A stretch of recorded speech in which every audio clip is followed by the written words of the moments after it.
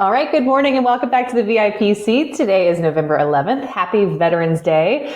Preston Holland was out today, but I can't think of a better co-host to have today on Veterans Day than Tyler Flagg. Tyler, thank you for your service. Have to kick off with that. We appreciate it. All of us Americans. Thank you very much. I appreciate that. Awesome. So there's a lot going on this week, but the first thing we're going to get into is the Archer acquisition of Hawthorne Airport, which is going to be their LA eVTOL hub. It's very close to SoFi Stadium and some other event places, so I guess it kind of makes sense. This was a 80-acre facility that was acquired just 3 miles north of LAX, $126 million in cash.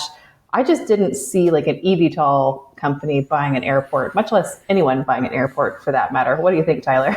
Yeah, no, that's a big purchase. It seems like, so I actually did an internship and spent about 3 months out at Hawthorne when I was getting out of the Air Force back in the day. Yeah, really, really interesting airport. Obviously, it's like right smack dab in the middle of things. It's actually really difficult to pick up when you're flying in there because it just looks like everything else in Los Angeles and kind of like blends in, right? But yeah, I mean, whatever happens, I hope they don't get rid of the restaurant Eureka there because it's quite nice. But no, it's interesting. I mean, it seems like they're doing the vertical integration play, right? And in the same way that like Uber started just in San Francisco, right? And you focus small until you hit product market fit, and then you kind of expand out. It seems like that's probably what their angle here is, right? Like be able to kind of, focus on the Los Angeles market, have it work really well there, and then be able to expand out. Joby, when they bought Blade, it was a similar kind of deal, right? Granted, they were buying a business that was making a lot of revenue. The margins weren't huge at the time, but it did give them access to infrastructure, right? Right. And I'm sure they hope that when they actually get a certified, aircraft, they'll be able to take advantage of that infrastructure and kind of own the New York City market. Seems like maybe that's what Archer is planning here. Mm-hmm. Granted, it's still kind of comes down to whether or not we're going to have a actual type certified vehicle, and whether or not that can happen by the Los Angeles Olympics in 2028 is kind of my big question, I guess. Yeah, I hope so.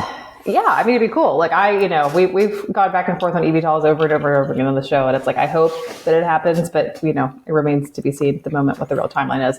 I used to manage Baltimore Heliport back in the day. And I can tell you from someone who was involved in owning an airport / heliport, it's not the best. Like, if you're selling fuel, I guess a heliport may be better, but owning airports, like neighbors hate you and will come after you all the time. So I feel like they've bought a big problem, perhaps. I get where they're coming from the strategy, but at the same time, like, I don't, maybe eVTOLs won't make enough noise to bother everyone, but inevitably someone's going to get mad at them over their house.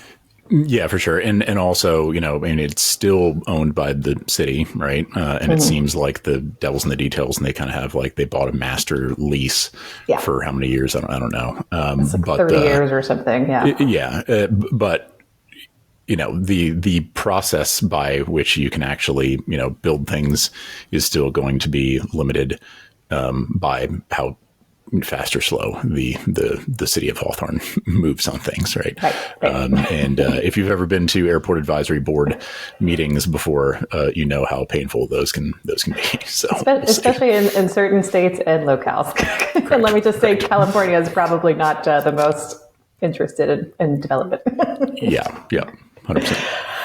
Yeah, we'll have to see. So I did find a comment that I have to share. So the CEO of Robinson Helicopters likes to weigh in with his opinion sometimes, which I typically enjoy because they're very direct. But he said, the airport's already occupied by tenants like SpaceX and Skyrise. Don't pair what Archer says they've agreed to. You should do more homework on what they can actually control on the airfield that has an FAA-operated tower, a bunch of operators already on the airport with long-term leases and rights, a community that surrounds it with a bunch of politicians, and a federal government body that controls the flights and the airspace. It's all hype. So that's the naysayer take, but he's got a lot of good points. Yeah, no, very reasonable. And yeah, I mean, they will be fighting a uphill battle to be able to, you know, turn that airport into what I'm sure their vision for it is. Yeah. So, yeah. But the drawings are cool. I mean, it's very spacey and awesome looking. So let's go, Jetson. We need more of that. We need more futuristic inspiration. Yeah. All right, so let's move on to the favorite part of the show. I think it's very appropriate. This is a little bit old, but I think it's a good moment to bring back the lone air traffic controller working at Newark Airport. Slept in about 96 hours. My name is Dan Carney, and I'm the lone air traffic control officer at Newark Airport, and I am begging you to please stop flying in and out of here. I am the reason for all of the flight delays, but it's not my fault. Typically, there were 14 of us in here at a time. Right now, it's just me. My coworkers have taken some time off for trauma leave. Who could blame them? This is very complicated. I'm very good at my job, but I'm not perfect. I have needs, like I need food, water, sleep. Hey, Carney. Not grounding all flights. Hey, yes, if you have a lot of... Okay, so it goes on for a while, but I think it's pretty freaking amazing and indicative of the moment. Just, subsisting off of Monsters and Zyn, just pretty much grinding away. At the end of it, there's like a can on the desk there, and if you ever fed your dog blue food, there's a can of dog food that he references later. So we'll link this in the show comments. Hopefully that poor air traffic controller. It's a meme, by the way. It's not real, obviously. But I feel bad for our controllers out there right now. Yeah. All right. So speaking of controllers, I think we have to talk about everyone's big issue right now, which is the airspace shutdown, ATC delays, TSA delays. We have a huge disaster on our hands at the moment.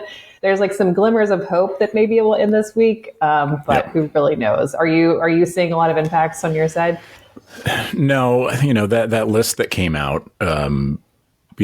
Obviously those are big name airports, right? They're banning private jets from landing at. However, most of them are ones that the private jets aren't going to really anyway.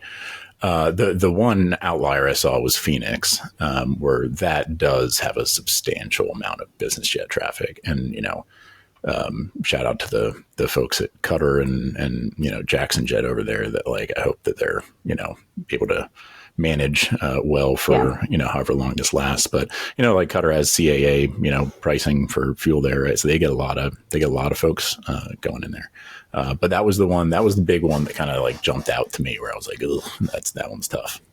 Yeah, when you dig into the NOTAM a little bit, it does say obviously medevac, police, those kind of emergency services are allowed if they're private. It also says home-based aircraft, at least for the time being. Yeah. So if that's your home base, okay. But if you don't home base there, it's just not going to happen. And this is I've never seen this happen. I mean, we've been through shutdowns obviously before. We've had issues with air traffic delays and other things. I've never seen anyone specifically limit private aviation from an airport. It's unprecedented. Yeah, exactly. Outside of major events and stuff like that, where they'll shut down traffic to anything that's below 12,500 pounds or something like that. Just to that happened to me a couple of years ago in Austin when they were doing an F1 race, right? Where they just pretty much said hey, everyone stop, just please stop coming. There's too many airplanes. But yeah, I mean, this is the first time I've seen something like that. As far as government shutdowns are concerned, because obviously they want to the thing that hurts people the most is kind of the first thing that they shut down. Yeah, and this is bubbling up into a whole nother conversation. Because Katie, I can't remember that. Katie Porter, who is the Democratic candidate for governor. She's attacking private aviation, essentially. She came out with a video on Sunday saying, well, we should just ground all private flights if we need more capacity in the airspace system. But it's okay, I understand that gets you some some political gains here. Brownie points, yeah. Right. But you don't understand, it's not just Kim Kardashian on her airplane. This is also, emergency support that's not necessarily medevac. That could be blood samples, organ tissues. There's all sorts of things like that. There's movement of specialty equipment, say like a nuclear plant has an outage. Well, if you want that thing running, sometimes it ends up flying on a private plane to get there. So again, politicians don't understand our industry, and I hope this one gets shut down real fast. Yeah. Hopefully the rumors of, end of the week are accurate. We need it. Yeah. I mean, and I saw even, Dan Drohan from Solaris, he was posting, it's been, significant impacts to their business over the weekend. They're seeing major delays and issues. So it's having a serious impact. But obviously it's not limited to private right now. It's also commercial. My own family had issues yesterday trying to get out of somewhere. So yeah, no, dispatchers across the country are doing, double work right now. yeah, for sure. to keep everything afloat. All right. So the next story is a little bit more in your wheelhouse. Former aviator at the U.S. Air Force, I believe, right? Correct. Okay. Yeah. So this week, and again, this is an article. None of this is proven in the court of law. There's a lawsuit around it, but we don't know what's true, what isn't. We're just reading, from the facts of the story. So there's been a case of alleged firing after filing an ASAP report. And I want to explain what an ASAP report is to the listeners, because not everybody who listens to the show is like a safety person. But ASAP was a program that was established by the FAA to basically allow reporting on safety events to the FAA so that FAA could track them, correct them. But also it's not supposed to be retaliatory in nature. The FAA most of the time will not take any certificate action if you file a report. And employers definitely shouldn't be taking any action when an ASAP is reported. Yeah. We don't know the whole story here, but that's what the claim is that an ASAP was reported and then the pilot was immediately fired after it. Correct. Again,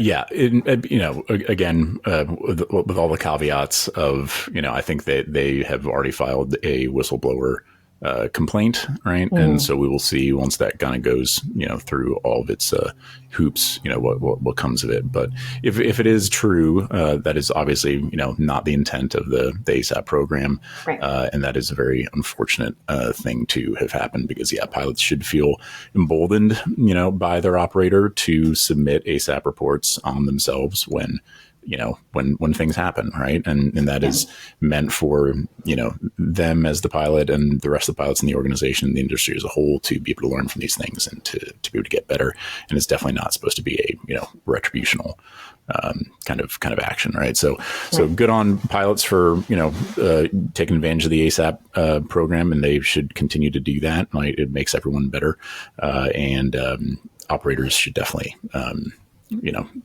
be very delicate with that information. Right? And I'm not saying that it happened in this case, but I will say that especially if a company is buying another company that isn't necessarily an aviation company, I think too, the HR team needs to be a lot more aware and sensitive to an issue like this. Correct. Sometimes where other industries are very used to there was an issue, terminate them. We don't want to have any legal liability for their actions in the future. But it's whoa. Aviation is not like that. No, we are very transparent. Yeah. And the industry, because of the transparency, has gotten better over time, right? There was a whole lot more.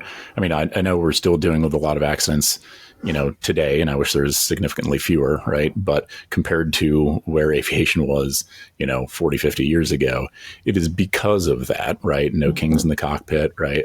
Everyone kind of learning and, getting better through, understanding other people's, issues and experience and everything. That is what has helped to make this industry safer, right? And if we keep doing that, hopefully, we can keep reducing, all those accidents. But, assuming this is correct, this is obviously not the way of going about it. Yeah, and we'll have to see. I think a couple lawsuits have been filed, so there's going to be some back and forth on this. We will find out. We will find out one day.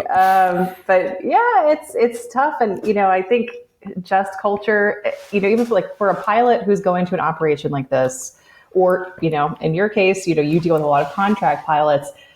And how do you figure out who's a good operator to fly for or not? When you kind of have limited information on the operators. Yeah, that is definitely something that I'm trying to solve as well. Making sure that pilots, even if you're flying for somebody for only a couple days, you are still considered to be part of the safety program and the safety culture of that organization, and giving pilots more information in terms of who they're flying for ahead of time, right? And that's one of the things that I've been trying to build into the flying company platform, and going to keep working on that.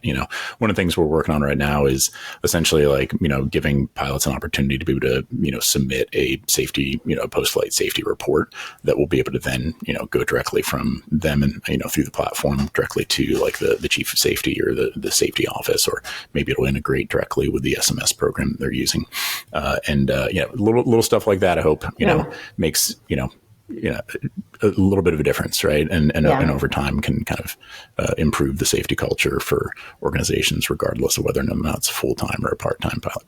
Yeah. And that's, just culture is the name of the game out here. Yeah. And just culture only comes from comfort reporting. And I think it shouldn't just be pilots reporting. It's got to be operators too. It's got to be training centers. There's so much data, which FAA is working on, with the mandatory SMS. Mm-hmm. But it'll be really interesting to see how that evolves and if that will include public access to that information or not one day. Yeah, it'll be interesting. And that's every single one of the flights that I did in the military. I always ended it, during the debrief with me telling the crew what I messed up personally, right? And I would always start and then let everyone else kind of go afterwards and explain what they, something that they messed up in the flight and they could have done better, right? And that's just, that is the culture that we need to be supporting in aviation to get better. Right?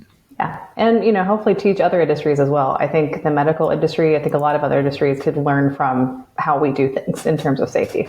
Yeah. Yeah. All right. Well, some other headwinds happening in California in our next story. So I was not aware. California again. Man. Yeah, California. I'm not trying to pick on California this week. I swear. It was in the news.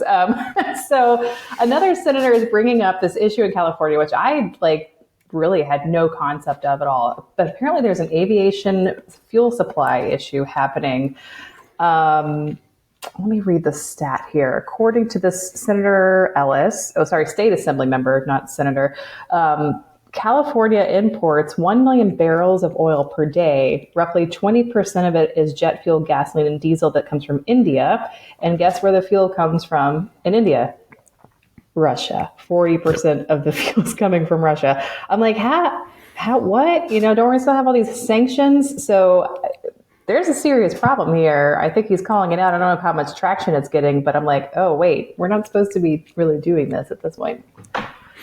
Yeah, I don't know, all the laws that have been, the rules that have been passed in the last 2 years around that. It seems like it might be that India is just kind of being used as the pass through, I guess, for that. But yeah, no, the numbers that I was looking at, I think it was 36% or something like that of the oil is either from California or Alaska, and then everything else is pretty much imported, which is not ideal. Right. As anybody who operates planes know, that is the biggest, direct operating cost is fuel, right? And if all of a sudden it goes from, $5 to $6, that is a significant impact, right? And God forbid it gets higher than that, right? So yeah, a major issue if this ends up coming to fruition. Yeah, and I think too, it's not even just cost for operators, but his concern was, we only have a 3-day fuel supply in California, and that includes defense. Any of our Western Front air forces that need fuel. Yep. Were we to get cut off completely by Russia or India or whoever it was, that we don't have the refineries and the infrastructure to support it. So I think his push is really, let's get California production ramped back up, which a lot of people in California probably don't like. Yeah, no, exactly. And that is unfortunately, that seems like the struggle that California is always kind of, facing is the inevitable NIMBYism, I think, as the kids would probably call it. So. Yeah, but we still need our C-130s and our, war dog. Well, I guess not war dogs anymore, but all those planes still need to stay in the sky, particularly in a world with geopolitical risk like today. So. Yeah, the western coast is Navy territory, right? You've got a whole bunch of Navy fighter units that are out there in the San Diego area and everything, and they're going to be the ones that get the fuel first, right? Right. Well, maybe Nevada needs to step up its game. It's pretty business friendly and they're right over the border. So maybe refineries need to start popping up over there. All right, last story of the day. So there's a problem with Learjets. This is apparently 10 different Learjet models, but I'm not sure if everyone remembers the crash. It was, it was some rock star's aircraft. Now I can't remember who. That ran off the runway. Unfortunately, crew perished in that crash. There were no passengers on board. But there's an issue with the landing gear. Apparently, there's a retaining bolt that isn't properly running through a pin, and the gear could separate on landing. Not the first time this has happened. I believe this is the third incident. So the NTSB is releasing not a notice yet or a required service bulletin, but they're saying, hey, people need to be paying attention to this and maybe getting it inspected.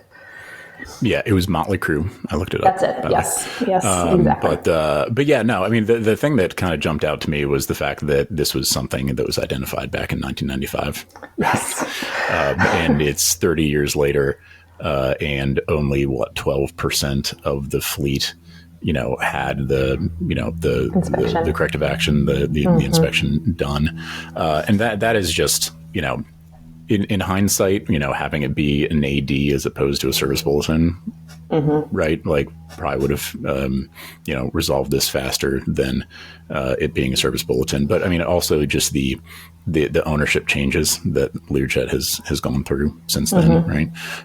With, Bombardier and now it's not even OEM anymore because they stopped production in 21 or something like that, or 22. And so now it's just kind of, aftermarket and everything. And so, yeah, I mean, it seems like a lot of things have kind of fallen through the cracks, unfortunately. Yeah. And this is one of those things where, this is almost 2,000 aircraft. And, there's always this finger pointing game that happens in situations like this. Is it the OEM's fault? Is it FAA for not overseeing them? Is it NTSB for not calling it out sooner? But really what it comes down to, and I hate to say this, usually the last line of defense is an experienced DOM that has seen the issues, and that's all tribal knowledge that isn't even necessarily like common. It's just something that they go like, hey, I've seen this issue on other aircraft. I know we need to do this with Learjets, or they're actively looking at the incidents and accidents that occur. And they say, okay, we should go ahead and do this inspection, even if it's not required. It's probably a good idea. Yeah. Yeah, and all just, maintenance planning and, digitizing of maintenance records. Those are two big things that, could go a long way in helping situations like this, not happen, right? Especially when you're dealing with an old fleet where, the planes were built before the internet, and having digitized records of all those things it's a tall task, but you've got a lot of companies out there that are doing that kind of thing now, right? And if you are, managing an older plane like that, making sure that all those things are in order, going back to as far back as you possibly can is important. And I think this is one of the things that, I get a lot of flack for, because I always say, like, the problem with older aircraft is just the things that you can't see and that you don't know. You may have the best DOM in the world, the best maintenance records, but it's just, it's more possible failures, more possible risk just because of age and corrosion and things that happen to planes. I mean, I once had an OEM executive tell me, like, you won't believe what you see in these aircraft. When you start to pull them apart after 30 years, like, it's disturbing. Corrosion is wild, especially in some areas like Asia. Yeah, I don't like that. I don't like that at all. Sorry, but they're safe. They're totally safe. Yeah, I mean, the fact that there's still 1,800 out there flying around was kind of a shocker to me. That's a lot of planes. I mean, it was the first, it was synonymous with business jet. It was Learjet, right? It was everyone wanted Lear, Kleenex or whatever, right? Yeah, but I will say, because they're cheap. It's a cheap airplane to buy at this point. But again, hard to get support because it's not like anybody's making parts for these things anymore. But a lot of charter clients, even over the last couple of years, when I was running Grandview, I would see specifically in the emails for requests, like, quote, all lights, no Lears. Unfortunately, the Lears are like, it's time. It's time to retire, I think. Yeah. All right. Well, Tyler, I'd love to give you a chance to talk about Flying Company a little bit before we leave, because you are a guest co-host today and we want to make sure you get a good plug in. So what are you doing over there? Oh, well, thank you. Yeah. So Flying Company is a marketplace for pilots. The goal is to, have it be the easiest and safest way to be able to find, assess, and hire and pay pilots all in one spot. So started out, as a kind of little side project when I was managing a PC-24. And expanded from the PC-24 to the 12. Now we've got a partnership with the Citation Jet Pilot Association. So now we're able to support all Citation jets. And we've started moving into working with management companies. And so we've got some management companies that we've onboarded who are using it for, sourcing all of their pilots and essentially like empowering their dispatchers to be able to handle all their staffing internally by, like these are organizations where they've got, some of the smartest, schedulers and dispatchers and aircraft managers, and they're more than capable of being able to, assess pilots and source them internally. It's just a function of being able to put all that information in one spot to make it easier for them to be able to do it and do it quickly. Yeah, and I think it's a problem for both sides of the marketplace. Anyone who needs to hire a contract pilot and a contract pilot trying to find a good contract, there needs to be a good solution for it. So I think it's a great project, and I've seen it, and I think it's pretty cool. So everyone else should check it out. Well, I appreciate that. And anyone is more than welcome to reach out to me anytime. My inbox is always open, tyler@flyingcompany.com. Awesome. All right. Well, with that, we're going to wrap up the show. I do want to say thank you to all of our new listeners. For those who didn't catch the Ken Ricky podcast, wow, it was incredible. We've had already 1,500 listens to that show, our best on record. And honestly, I could listen to it multiple times because Ken is he's a legend and a very, very smart man. So it was a lot of fun hearing him. But make sure you keep supporting the show. Sign up for our email. Make sure you like and subscribe to the show. Every little click, every little comment, all that stuff helps us get seen by more people. So we really appreciate it. And happy Veterans Day to all of our listeners who are veterans. Again, thank you for your service. Have a wonderful day, and we'll see you next week. Thank you.